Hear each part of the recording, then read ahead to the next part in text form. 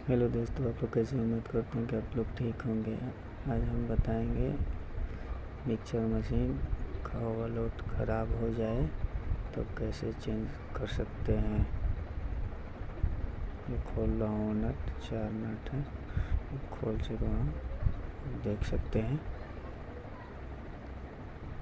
ये ओवरलोड है, जो ब्लैक वाला तार है ना उसमें लगा है, ओवरलोड में पिन है।